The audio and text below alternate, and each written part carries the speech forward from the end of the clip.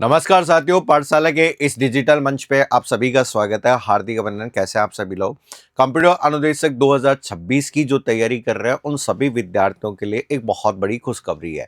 ठीक है, वैसे तो यहाँ पर सारी चीज़ें पहले से ही क्लियर है, बस फॉर्मेलिटी मात्र है। पढ़ने वाले विद्यार्थी पहले से पढ़ रहे हैं, तैयारी करने वाले विद्यार्थी तैयारी कर रहे हैं। उनको कोई फर्क नहीं पड़ता कि आपकी कौन सी फाइल कहाँ पहुँची, कौन सी अभ्यर्थना कहाँ पहुँची। उनको पता है कि भाई तैयारी करनी है और तैयारी करनी है तो हमारा सिलेक्शन जरूर होगा। ठीक है, तो यहाँ पे आपकी कुछ यहाँ पे पोस्ट एलिजिबिलिटी और न्यू सिलेबस से संबंधित कुछ चीजें जो आपके लगातार प्रश्न आ रहे थे। ठीक है, तो यहाँ पे देखो, कंप्यूटर अनुदेशक की जब हम बात करें तो कंप्यूटर अनुदेशक की आप बीसीआई के 2000 पद और सीनियर कंप्यूटर इंस्ट्रक्टर के 300 पदों के लिए आपकी अधीनस्थ बोर्ड पे अभ्यर्थना जा चुकी है। तो इसमें अगर आप देखोगे तो बीसीआई के जो पद आपके यहाँ पर 2000 पद जो सामान्य शिक्षा के हैं और 214 पद यहाँ पर है। तो 2214 पद यहाँ पर हो गए।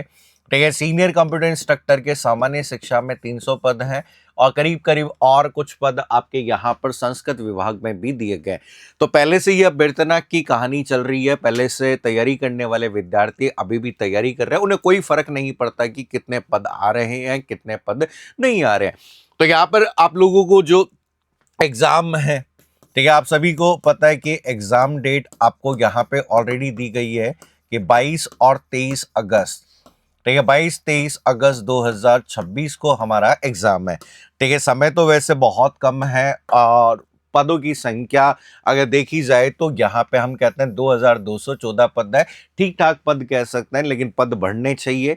और अभी तक हम कहते हैं कि संशय बना हुआ है कौन से वाले पदों के, बैकलॉग के पद। ठीक है, बैकलॉग के पद जुड़ेंगे या नहीं जुड़ेंगे, बहुत सारे सवाल हैं। स्टाफिंग पैटर्न की प्रक्रिया भी अभी शुरू नहीं हुई है पूरी तरह से, तो यहाँ पर है। तो अभी मान के चलिए 2214 पदों के लिए तैयारी शुरू करें। और आप सभी को पता है कि एग्जाम का पैटर्न क्या है, किस तरीके से तैयारी करनी है। 2 पेपर होने वाले हैं, पेपर 1 और पेपर 2। ठीक है, दोनों ही पेपर में मिनिमम 40% लाना अनिवार्य है। और अगर जिस तरीके से अधीनस्थ बोर्ड आप आरपीएससी की राह पे चल चुका है, जैसे आप जमादार का पेपर देखेंगे तो जमादार वाले पेपर में आप लोगों ने देखा होगा कि सारे के सारे जो प्रश्न पूछे गए हैं वो कथन निष्कर्ष वाले, मिलान करने वाले और कथन सही और गलत के आधार वाले क्वेश्चन पूछे गए। तो इस केस में हम कहते हैं कि पेपर बहुत लेंथी बन गया और आपके साथ में चैलेंज है कि दोनों पेपर के 100 सवाल को पढ़ना और सवाल पढ़कर उत्तर देना। तो यहाँ पे अभी से प्रैक्टिस शुरू कर दीजिए। ठीक है, लगातार आप लोग तैयारी कर रहे होंगे, अलग अलग साधनों के माध्यम से तैयारी कर रहे होंगे, लेकिन तैयारी आपकी सटीक होनी चाहिए। तो यहाँ पे देखो, सबसे पहली चीज ये, जब भी हम किसी भी चीज की तैयारी करते हैं, ठीक है, आपकी तैयारी आपकी जो है, तैयारी करते समय बहुत सारी चीजों की ध्यान रखना है कि हम कहते हैं कि तैयारी तो सब करते हैं, गुणवत्ता वाली स्टडी। ठीक है, ये चीज आपको ध्यान रखनी है कि आपकी स्टडी गुणवत्ता, क्वालिटी वाली स्टडी होनी चाहिए। क्वालिटी वाली स्टडी का मतलब होता है कि आपकी एग्जाम ओरिएंटेड। ठीक है, आपकी स्टडी हमेशा एग्जाम ओरिएंटेड होनी चाहिए। और इस एग्जाम ओरिएंटेड स्टडी के अंदर बहुत सारी चीजें शामिल होती है कि जैसे आपकी बुक्स। ठीक है, आपके कौन कौन सी बुक्स आप पढ़ रहे हो, आपके नोट्स कौन से हैं। ठीक है, इसके अलावा आप पीवाईक्यू क्वेश्चन कर रहे हो या नहीं कर रहे हो। ठीक है, तो यहाँ पर ऐसे बहुत सारी चीजें, बहुत सारे फैक्टर आपके निर्धारित करते हैं। केवल कुछ बुक पढ़ने से कुछ नहीं होने वाला, केवल क्लास लेने से कुछ नहीं होने वाला। और क्लास में भी सबसे इम्पोर्टेंट आपका इम्पोर्टेंट पार्ट आता है कि आपको पढ़ाने वाले टीचर्स कौन है।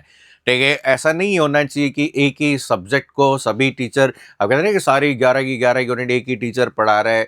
ठीक है, तो ऐसा संभव नहीं होना चाहिए, क्योंकि आप लोग एक कोई छोटा मोटा एग्जाम नहीं दे रहे हो, बहुत बड़ा एग्जाम कह सकते हैं, क्योंकि 11 यूनिट और 11 यूनिट के लिए एक्सपर्ट फैकल्टीज का होना बहुत ज्यादा क्या होता है, जरूरी होता है। ठीक है, कुछ बेसिक यूनिट की बात करें तो वो तो कोई भी पढ़ा लेता है, उसमें कोई नहीं है। तो इसलिए आप सभी को पता है कि आपके एग्जाम, गुणवत्ता वाली स्टडी आपकी हमेशा तभी हो सकती है कि जैसे कि आपके पास में हर सब्जेक्ट की कौन सी फैकल्टी हो, एक्सपर्ट फैकल्टीज आपके यहाँ पर हो। तो एक्सपर्ट फैकल्टी अगर आपके पास में है तो कोई दिक्कत नहीं है। मार्गदर्शन के रूप में आप लोग किसी न किसी फैकल्टी की आप सहायता जरूर लें, लेकिन एक फैकल्टी ना होकर मल्टीपल फैकल्टीज जहां हो वहां पर ध्यान रखें। ठीक है, यहाँ पे दूसरी चीज यहाँ पर ध्यान रखना है ठीक है, हम कहते हैं कि पेपर वन, ठीक है, पेपर वन इंपॉर्टेंट है, इसको ना भूलें। पेपर वन इंपॉर्टेंट है, इसको ना भूलें। ये नहीं कि पेपर टू पढ़ते रहे और पेपर वन में 40% भी नहीं आए। अगर आप स्कोर कर सकते हैं, हम कहते हैं कि स्कोरिंग, पेपर वन स्कोरिंग है, कोशिश करिए कि इस पेपर वन में आप 75 प्लस तक स्कोर कर लें, क्योंकि यहाँ पर ज्यादा कुछ पढ़ना नहीं है, ज्यादा कुछ नहीं, राजस्थान जी के पढ़ना है, ठीक है, जनरल साइंस पढ़नी है और मैथ्स प्लस रीजनिंग पढ़नी है, बस इतना सा पढ़ना है।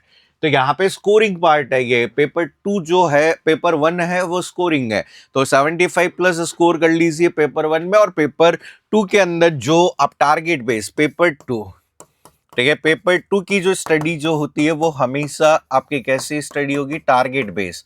टारगेट बेस का मतलब होता है कि पहले, ठीक है, पहले पहले आपके यहाँ पे तो ज्यादा वेटेज, जो पहले वेटेज वेटेज वाले जो टॉपिक है उनको कवर करें, जिसमें ज्यादा क्वेश्चंस आपके एग्जाम में पूछे जाते हैं, तो वेटेज वाले क्वेश्चन करें और छोटे सब्जेक्ट को पहले सॉल्व कर लीजिए। ठीक है, यूनिट, पहली यूनिट हम कहते हैं कि कुछ यूनिट है जिनको आप बहुत पहले अच्छे से कर सकते हैं, जैसे एफओसी अच्छे से कर लो, इसके बाद में डेटा प्रोसेसिंग, ठीक है, डेटा प्रोसेसिंग बहुत अच्छे से कर लीजिए। ठीक है, आप डीसीएन पढ़ सकते हैं, डीसीएन के अलावा ओएस आपका हो जाएगा, सीओए छोटा पार्ट है। ठीक है, इसके अलावा डीसीएन यहाँ पे नेटवर्क सिक्योरिटी, ठीक है, हम कहते हैं कि नेटवर्क सिक्योरिटी का पार्ट होगा, आईओटी का पार्ट, ये सब तो बहुत अच्छे से कर लो। फिर सी अच्छे से कर लीजिए, सी के बाद में आप लोग डीबीएमएस अच्छे से कर लो, डीएस से कर लो, और फिर इसके बाद में सेड। ये देखो इस तरीके से अब ये सी के साथ साथ में बाद में ये सारा सिलेबस कवर हो जाए तो आपके देखो सी प्लस प्लस भी है, आपके जावा भी है, पाइथन भी है, ठीक है, इतनी सारी लैंग्वेज है, तो इन सभी लैंग्वेज को बहुत डिटेल में पढ़ने के लिए समय चाहिए।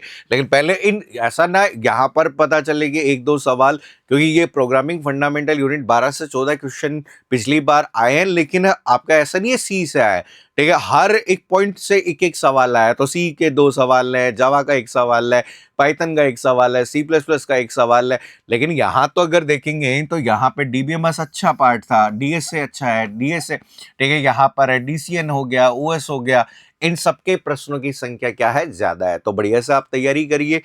ठीक है, अगर आप हमसे जुड़ना चाहते हैं तो आप सभी को मैं बता देता हूं कि हमने नया बैच शुरू कर रहे हैं हम 11 बजे से, और ये बैच वापस से आपका रीलॉन्च बैच है 12 जनवरी को ये बैच फिर से हम रीलॉन्च कर रहे हैं, जिसका टाइमिंग सर्दी को देखते हुए अभी 11 बजे रखा गया, बाद में सहूलियत के अनुसार सुबह और शाम किसी भी तरह से वेरी हो सकता है। ठीक है, जिसमें फैकल्टीज एक्सपर्ट ने एग्जाम तक टेस्ट सीरीज है, द्विभाषी कक्षाएं हैं, ये सब भी है।